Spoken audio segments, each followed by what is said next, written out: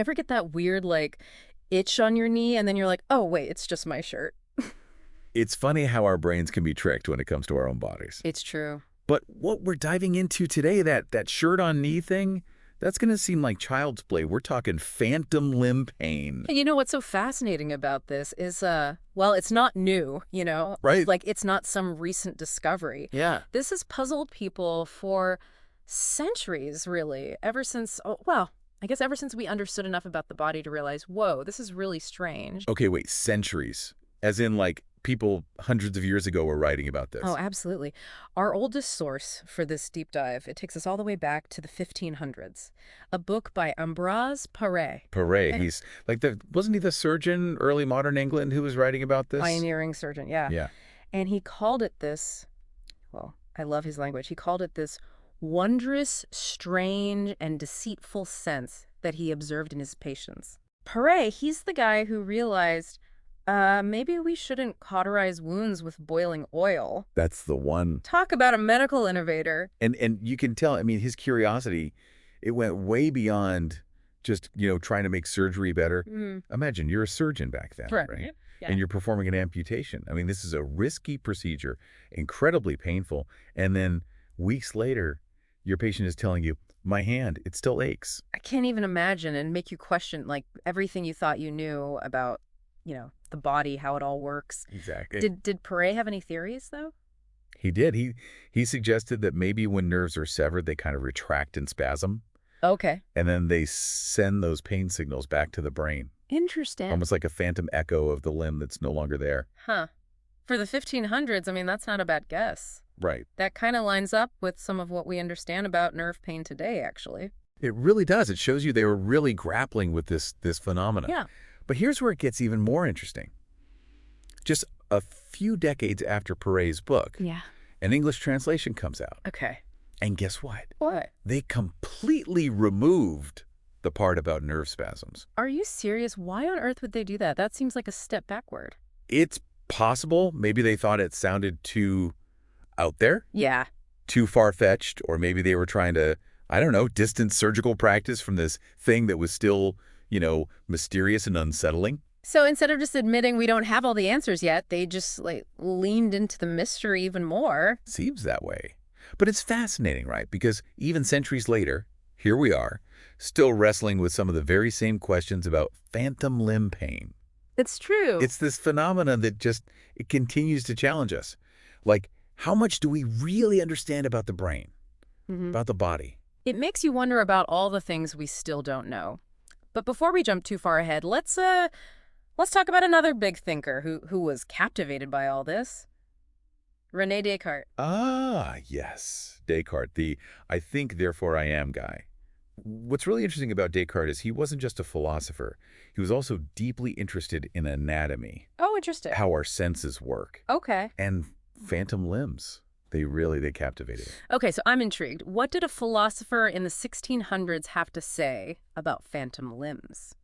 So Descartes, he had this concept he called non-resemblance. It's this idea that what we perceive, it isn't always, an accurate reflection of reality. Right. And he thought phantom limbs were like the perfect example of this, Okay. showing how our senses could essentially be tricking us. Yeah. Because think about it, you feel a hand that's not even there, Right. which means what you're experiencing, it's not necessarily true. That's actually that's a really interesting way to think about it. So he was using phantom limbs to kind of illustrate how easily our brains can be fooled. Exactly. And it gets even more interesting when you look at the specifics of his work. Yeah. He describes this one patient, this young woman, she had to have her arm amputated, Oh, wow.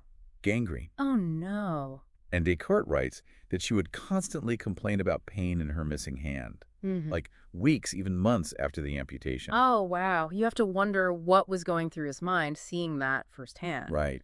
Because it seems like this case, it would have really, I don't know, shaken his understanding of the body. It did. You see, Descartes, he was a huge proponent of the mind and body being totally separate, Right. distinct. But phantom limb pain, this idea that a missing limb could still feel pain, that suggested a much, much deeper connection Yeah. between the physical and the mental. It really did. Yeah, yeah. It challenged, the very core of what he believed. This phenomenon, it's like it brought him face to face with, well, what philosophers now call the hard problem of consciousness. Yeah. How can something, physical, like the brain, Right. create something as, I don't know, as subjective as the feeling of pain? Right. And especially pain in a limb that's not even there anymore. Yeah. It's mind-boggling when you really, really think about it. But it does seem like Descartes was onto something. With this gap between what we perceive and what's actually real, Definitely. But for centuries after Descartes, the mystery of phantom limbs, Yeah. it persisted, right? Oh, yeah. So how did we go from philosophers thinking about this to actually understanding what's happening in the brain? Well, fast forward a few centuries, and now we have the tools to, actually peer inside the brain, Right. see what's happening. Like, And what they're finding is incredible. so there was this recent study out of Oxford. Okay. They used this high-resolution brain imaging to study amputees. Okay, so what they find? This is the really interesting part. They discovered that even decades after an amputation, the brain, it still has this incredibly detailed map of the missing limb. Whoa! They call it the somatosensory homunculus. Hold on. The what unculus? I know, right? It sounds like some kind of mythical creature. It does sound like something out of a Harry Potter book, but it's a pretty straightforward concept, really. Okay. Just imagine a tiny map of your entire body, but it's laid out on your brain. Okay. Like a little person, where each part of this little person corresponds to a different body part. So there's a part for your hand, your foot, your nose. That's the somatosensory homunculus. So there's a spot in my brain for my hand, my foot, all mapped out in this little homunculus. Isn't that wild? That's so weird. It is wild. And here's the really crazy thing. Even if, let's say, your hand is gone, the hand area in your brain, it's still active. What? Yeah. It keeps firing as if it's still receiving signals, even though there's no hand there to send them. So our brains don't rewire themselves. You would think, right? You'd think they'd just be like, okay, we're done with that part and move on. You would think, but no. It seems like they hold on to those maps, like it's some kind of a memory. That's so fascinating, though. Okay, so we've got this this persistent map of the missing limb in the brain. Right.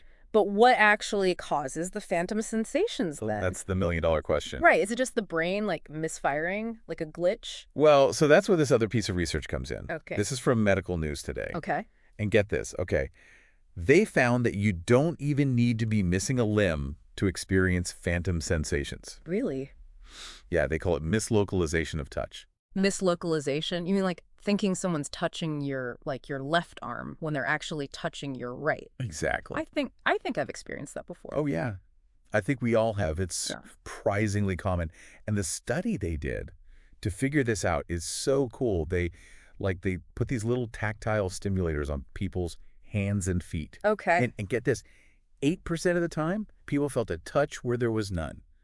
A total phantom touch. 8% of the time. Okay, that's kind of freaking me out a little bit, but that is cool. Isn't it wild? Yeah. And they actually identified 3 key factors that contribute to these phantom sensations. Okay. Okay, so the first is limb identity, whether it's your hand or your foot. Okay. That's why you're more likely to feel a phantom touch on your left hand if the actual touch is on your right hand, Oh. as opposed to your right foot. Okay, that makes sense. So it's our brains are kind of wired to connect sensations on one side of the body to the other. Okay, so what else plays a role? Well, the second factor is the side of your body, we just talked about, right or left. And the third is the limb's normal anatomical position. Okay. So, for example, if you, cross your legs, your brain might get a little confused about what's where, and then boom, phantom sensation. So it's almost like our brains have this internal picture, I guess, of how our bodies are supposed to be. Yeah, like a blueprint. Yeah, exactly. And then when we deviate from that, even a little, it can just throw things off. Totally. And it really shows that, our sense of touch, it's not as straightforward as we think it is. Yeah, no kidding. Our brains are constantly predicting, interpreting, and sometimes even misinterpreting sensory information. Yeah. It's a good reminder that our experience of the world is it's filtered through this incredibly complex organ, the brain. Totally. And it doesn't always get it right. Nope, not always. But what's cool is that even these mistakes, like with phantom sensations, Yeah. they can teach us so much about how the brain works. Absolutely, yeah. It's like our brains are always trying to like fill in the blanks, Right. even if the information isn't there or it's wrong. And that kind of brings us back to phantom limb pain. Yeah. So like, what does all this tell us about why someone might feel pain Hmm. in a limb that's not even there anymore? Well, it's a question that still has scientists puzzled, but these discoveries about how our brains kind of hold on to these maps Right. and how they can misinterpret touch, Yeah. I think it gives us some pretty interesting clues. Yeah. Seems like phantom limb pain, it might be like a perfect storm of factors, you know. Okay. You've got those lingering brain maps we talked Yes, about. right. You've got those misinterpretations of nerve signals. And even like our own expectations about how our body should feel. I think that plays a role. So, so even though the limb itself is gone, the brain still has this like vivid memory of it almost. Yeah. And then it can like misinterpret these other signals. Right. Like, oh, that must be coming from the missing hand. Exactly. It's like, oh, that's where my hand would be. Right. Exactly. And it's important to remember, like for people who live with phantom limb pain, this isn't just like some weird, scientific thing, right? Oh, absolutely not. This is real pain. It's incredibly real. Yeah. And it can be, I mean, for some people, it can be really debilitating. Yeah, absolutely.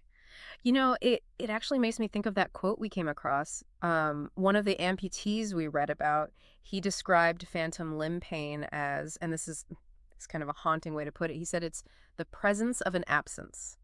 Wow. Yeah, that's powerful. It really is, and I think it captures like just how strange this whole thing is, but also like how real the impact is on people's lives. Absolutely. And I think that's what makes all this research so important. Right. The more we can understand about like how phantom sensations happen, the better we'll be at figuring out how to treat phantom limb pain. It's pretty amazing to think like we've come a long way from those, early surgeons like Perret just trying to wrap their heads around this deceitful sense. I And know. now we're like visualizing brain activity. We're Right. watching it happen. I know it's remarkable, and I think it's really a testament to human curiosity, Yeah, like this drive to understand the world. to figure it out. Yeah, even the things that seem completely unexplainable. And it seems like, it's by looking at the strange stuff, right? Right. The things that don't make sense that we end up making these big discoveries. True. So from, 16th century surgery to like modern brain imaging labs, the mystery of the phantom limb, it lives on. It does. It just keeps challenging what we thought we knew. It Yeah. seems like the more we learn, the more we realize we don't really know that much at all. That's the beauty of science. It is. It's a journey we're always discovering. And the brain. Oh, I mean, talk about a complex landscape. We're going to keep uncovering surprises about ourselves, about like just what it means to perceive anything at all. On that note, I'm going to leave you with this thought. So if our brains can hang on to these super detailed maps of limbs that aren't even there anymore Right. and create sensations in those limbs, what other crazy stuff can our brains do that we haven't even discovered yet? Right. What Uh, other phantom things are out there? Right. It's definitely something to think about. It is. Well, until next time, keep diving deep.